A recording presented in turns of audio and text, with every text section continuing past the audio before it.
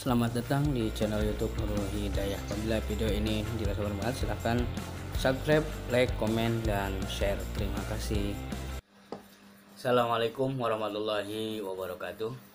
Anak-anak Pak Guru yang solih dan solihah, bertemu lagi dalam pembelajaran PAI, mana pada kali ini kita akan belajar tentang fikih yang berjudul tentang sholat sunnah rawatib. Baik, sebelum melanjutkan pelajaran, seperti biasa kita berdoa terlebih dahulu kepada Allah Subhanahu wa taala agar pembelajaran kita diberikan kelancaran dan kita diberikan kemudahan untuk menerima ilmu-ilmu pelajaran yang disampaikan. Bismillahirrahmanirrahim.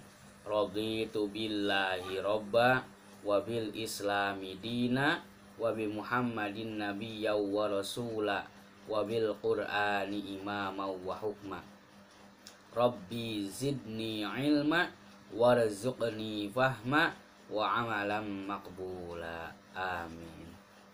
Baik, anak-anak Pak Guru yang solih dan solihah, mungkin pernah mendengar kata atau kalimat sholat sunnah rawatib atau rawatib. Apa yang dimaksud dengan sholat sunnah rawatib? Berapa jumlah rakaat sholat sunnah rawatib? Dan mengapa kita harus melaksanakan sholat sunnah rawatib? Baik, nanti akan kita bahas satu persatu tentang pertanyaan-pertanyaan tadi. Apa sih yang dimaksud dengan sholat sunnah rawatib? Sholat sunnah rawatib adalah sholat sunnah yang dilakukan mengiringi sholat fardu. Sekali lagi, sholat sunnah rawatib adalah sholat sunnah yang mengiringi sholat fardu. Sholat adalah amalan yang paling pertama kali dipertanggungjawabkan atau dipertanyakan ketika hari pertanggungjawaban di akhirat nanti. Apabila sholatnya baik, maka akan baiklah amalan-amalan yang lainnya. Apabila sholatnya rusak, maka rusaklah amalan-amalan yang lainnya.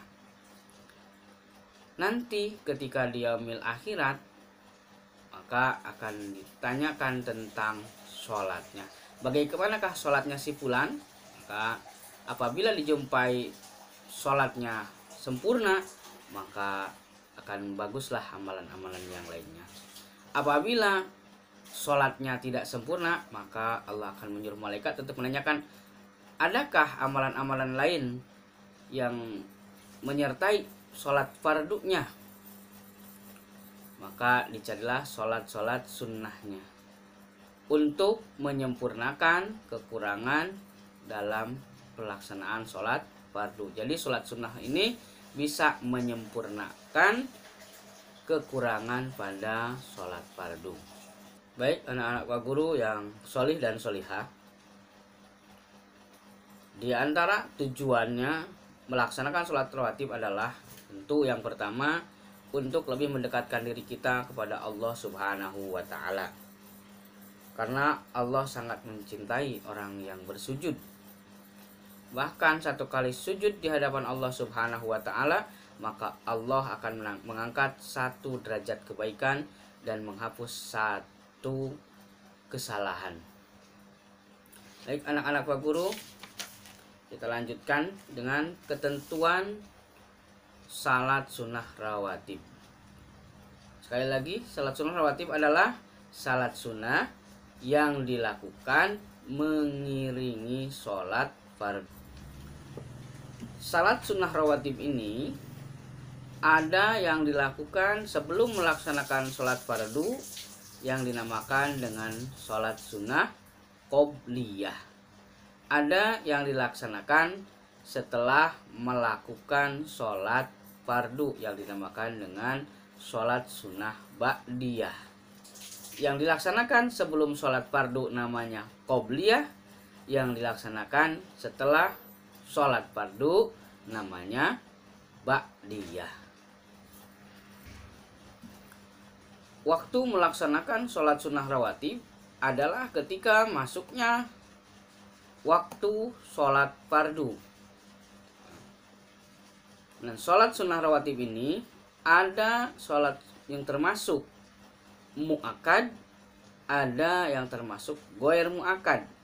Sholat sunnah rawatib yang mu'akad adalah sholat sunnah rawatib yang sangat dianjurkan oleh Rasulullah Shallallahu Alaihi Wasallam atau Rasulullah tidak pernah meninggalkannya. Sedangkan sholat sunnah rawatib yang goir mu'akad adalah sholat sunnah yang dianjurkan, tapi sewaktu-waktu Rasulullah Shallallahu Alaihi Wasallam tidak melaksanakannya.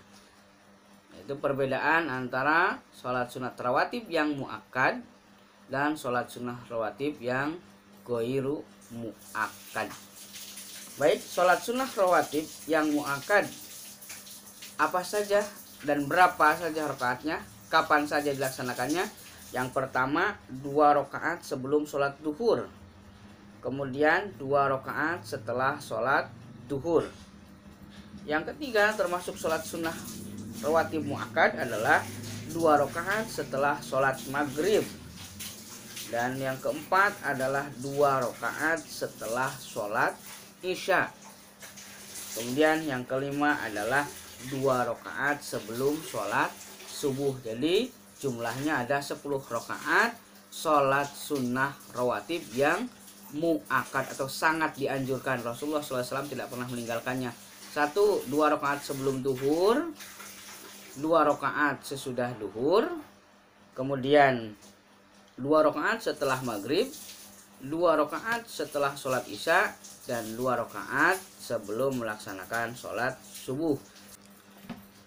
Sesuai dengan hadis Rasulullah Shallallahu Alaihi Wasallam dalam salah satu riwayat Imam Al-Bukhari, Ibnu Umar berkata, saya menjaga 10 rakaat amalan Nabi Muhammad Shallallahu Alaihi Wasallam, yaitu 2 rakaat sebelum zuhur dan 2 rakaat sesudah zuhur, 2 rakaat sesudah maghrib di rumahnya, dan 2 rakaat sesudah isya di rumahnya, dan 2 rakaat sebelum sholat subuh. Ini jelas di hadis Rasulullah SAW ada 2 rakaat sebelum duhur dan sesudah duhur, 2 rakaat setelah maghrib, 2 rakaat setelah isya, dan 2 rakaat sebelum sholat subuh.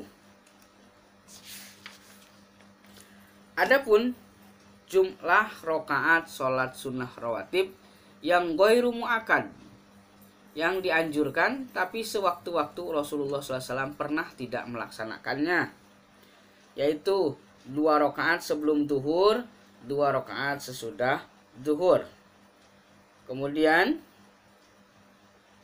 4 rakaat sebelum sholat asyar, 2 rakaat sebelum sholat maghrib. Nah, itu sholat sunnah yang ghairu mu'akad. Orang yang mengerjakan sholat sunat rawatib akan mendapatkan pahala.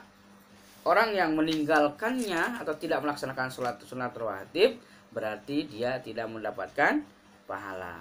Nah, untuk prakteknya melaksanakan sholat sunnah rawatib, karena tadi ada yang qobliyah atau sebelum sholat fardu, ada yang ba'diyah atau sesudah sholat fardu. Perhatikan lafaz niatnya.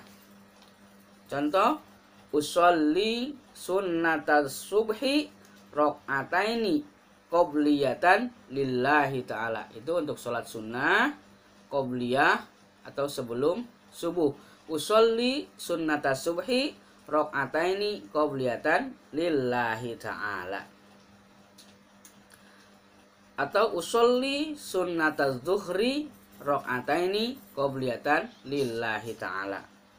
Sedangkan untuk sholat sunnah ba'diyah atau yang dilaksanakan setelah sholat fardu adalah usolli sunnataz zuhri rok'ataini ba'diyatan lillahi ta'ala. Atau usolli sunnatal maghribi rok'ataini ba'diyatan lillahi ta'ala. Nah, ini adalah tata cara pelaksanaan sholat sunat rawatib yang berbeda hanya pada niatnya saja. Pada urutan atau rangkaian-rangkaian gerakan sholatnya, bacaan-bacaannya sama seperti sholat biasanya sehari-hari. Untuk sholat sunnah rawatib yang ghairu mu'akad sama saja seperti sholat sunat rawatib yang mu'akad pada pengerjaannya, pada lapan niatnya pun sama. Demikian pada pembelajaran kali ini, mudah-mudahan kita dikasih pemahaman dan bisa mempraktekannya dalam kehidupan sehari-hari. Wabillahi taufiq wal hidayah. Wassalamualaikum warahmatullahi wabarakatuh.